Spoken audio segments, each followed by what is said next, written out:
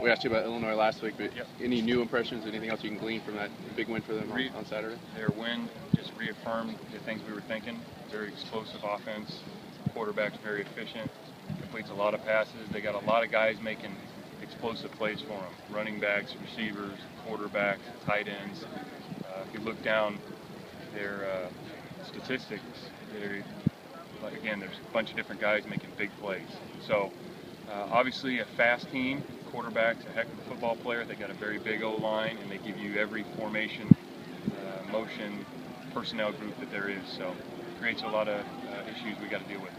They sound really versatile. Very, yeah, absolutely. That's a good word. What have you seen from the quarterback specifically? I mean, looking at the numbers last year, he really struggled.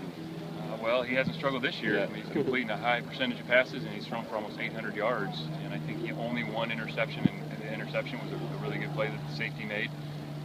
So I think he's made good decisions. He makes plays with his feet. He keeps things alive and throws the ball down the field.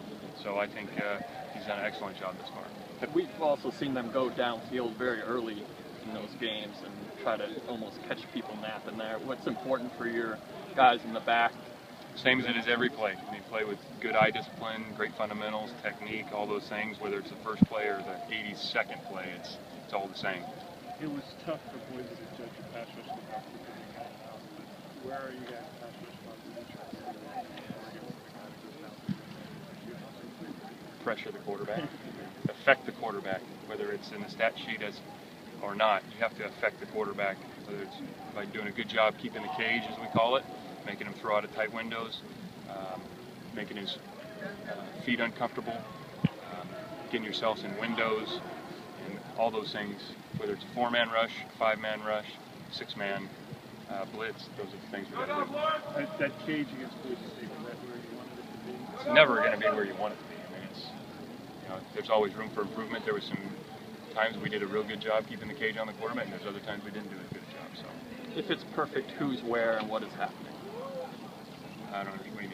If the cage is perfect and doing exactly the quarterback what you can't want step up, it's not. Then it doesn't look like 7-on-7. So when you look at the end zone copy, that there's tight windows. The quarterback has a tough time stepping up into his throws. You want him to make him uncomfortable in the pocket, and that's the cage we talk about. So. It would seem like a pretty good downfield whether it was a guy like a team game for Josh Shirley or Andrew Hudson. Are they having a different role this week? Yeah, everybody. Well, again, because of these guys are no huddle offense. Everybody that basically played against Boise State is going to have a role, and how much, kind of what the offense does, will dictate that role. So everybody is important, and again, we need the best out of Josh Shirley and Andrew Hudson and Howley and Danny, all those guys. So certain games might lend themselves more to certain players, but we need them all. Does tempo, Justin, really matter from week to week if you're playing a team like Boise that you know is going to try to go a lot, as opposed to Illinois, which may or may not like to go up tempo? And does that really factor much into a game plan? It'll factor on how you substitute, and they're averaging 72 plays a game, so it's a good number of plays. Are they going to go at a breakneck speed? They've shown they can do it. They've also shown that they'll substitute, go no huddle with a little bit more methodical pace, but they have the ability to do both, so we've got to be ready for both. Is their quarterback being so clean in 2 games a byproduct of the line, or him scrambling out of trouble, or both? Good execution across the offense is what it looks like. So I'd say both. Yeah. Also, Justin, with Sark's trying to get more maybe second teamers or guys that aren't necessarily starters into special teams roles, have you seen that have an impact so far on maybe the guys being fresher on the front line and having an impact that way?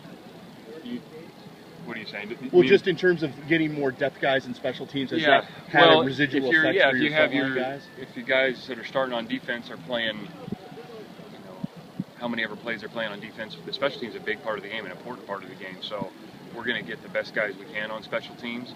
Is it there's a time when you can get a second team guy to do a great job on special teams that help you? Absolutely, because it's one less rep that a guy that you need to play 78 plays needs to take. But at the end of the day, we're going to get our best guys out there, and it's up to our younger players and the guys that might quote-unquote twos on the depth chart to prove themselves out on the field on, kickoff or punt return and those type of things. But has that point of emphasis already maybe started to bear fruit this week in terms of? We'll see. I mean, we played one game, so we'll find out this Saturday. I'm not going to go into the special teams depth chart. You got Coach Nancy about that.